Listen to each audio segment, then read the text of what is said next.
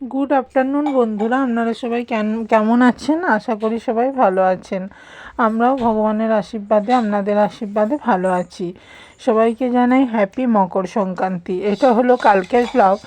কালকে কিছু গেস্ট এসেছিল বাড়িতে, তাই সামান্য কিছু আয়োজন করেছিলাম।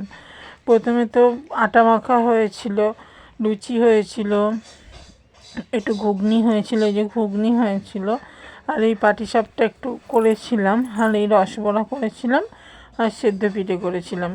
ছোটোখাটো একটু আয়োজনের মতো হয়েছিল, মিষ্টিটাও কিনে নিয়ে এসেছিলো।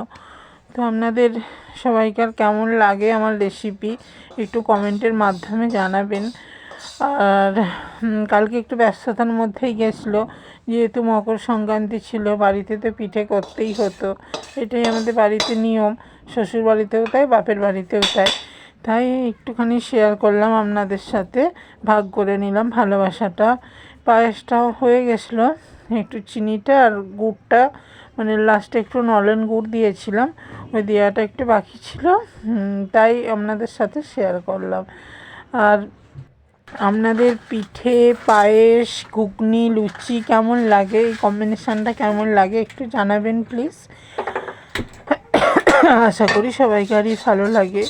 যদি আমার ভিডিও ভালো লাগে তো আপনারা সবাই আমাকে আশীর্বাদ করবেন, পাশে থাকবেন, বন্ধুত্বের হাত বাড়িয়ে দেবেন। আপনাদের সুন্দর সুন্দর কমেন্ট পড়তে সত্যিই আমার খুব ভালো লাগে, তখন মনটা খুব ভালো হয়ে যায়। সুখ দুঃখ ভালোবাসার বন্ধু যদি সামনে থাকে, সাথে থাকে, বাকি পথটাও একই সাথে এগিয়ে যাওয়া যায়। মানুষের সাথে দুঃখ ভালোবাসা সব কিছু ভাগ করে নেওয়ার আনন্দটাই তো আলাদা, তাই না বন্ধুরা, বলুন তো? আর ঠান্ডাটা তো একদমই চলে গেছে, কালকে তবুও বা সন্ধ্যের দিকে ঠান্ডাটা ছিল, আজকে তো একদমই ঠান্ডাটা নেই।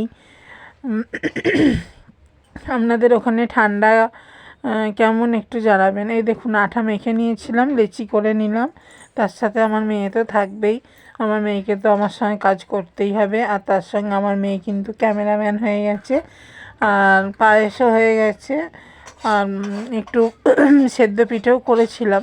সেদ্ধ পিঠের জন্য ওই যে পুর রেডি করছিলাম, মানে গুড়ের সঙ্গে নারকেলটা মিশিয়ে নাড়ুর পুর করে, মানে অর্ধেকটা নাড়ুর পুর করেছি, আর অর্ধেকটা নারকেল গোটা রেখে, মানে গুঁড়ো নয়, রেখে দিয়েছিলাম। আর একটু ঈষৎ উষ্ণ জল গরম করে নিয়েছিলাম, মানে গুঁড়িটা মাখার জন্যে।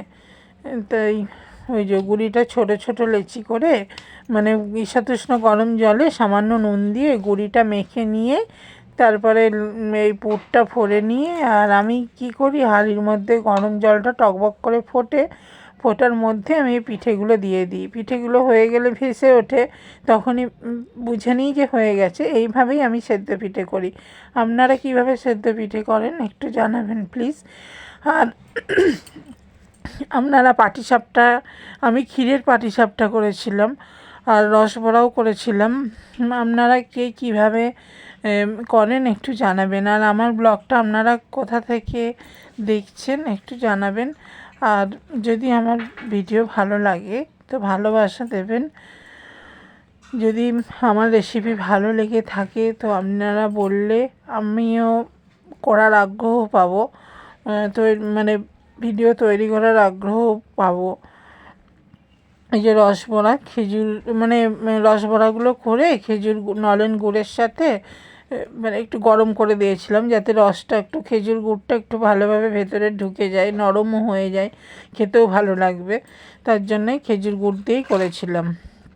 আর পাটিসাপটাটাও কিন্তু খেজুর গুড়ের রসেতেই ডুবিয়েছিলাম পাটিসাপটাটা করে নিয়ে। আপনাদের সব পিঠে হয়ে গেল, পিঠে তৈরি হয়ে গেল। আপনারা কে কী কোন পিঠেটা খেলেন, এর মধ্যে কোন পিঠেটা আপনাদের পছন্দ, প্লিজ একটু জানাতে ভুলবেন না। এই দেখুন, একটা একটা করে নিচ্ছি।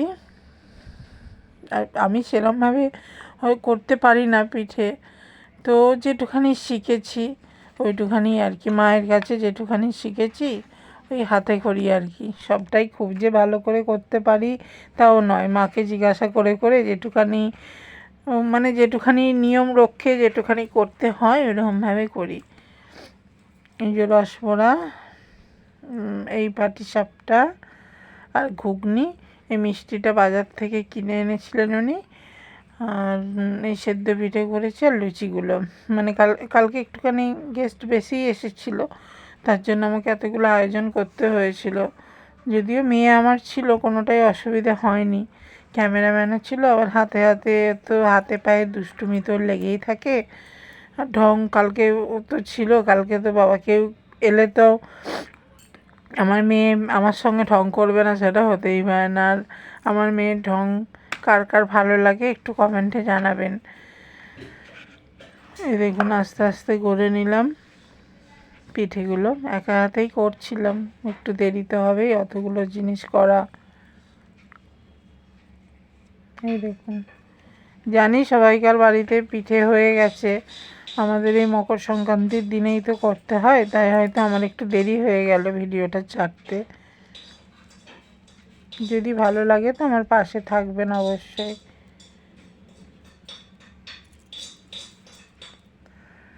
দেখুন আস্তে আস্তে পিঠেগুলো করছি একা হাতে।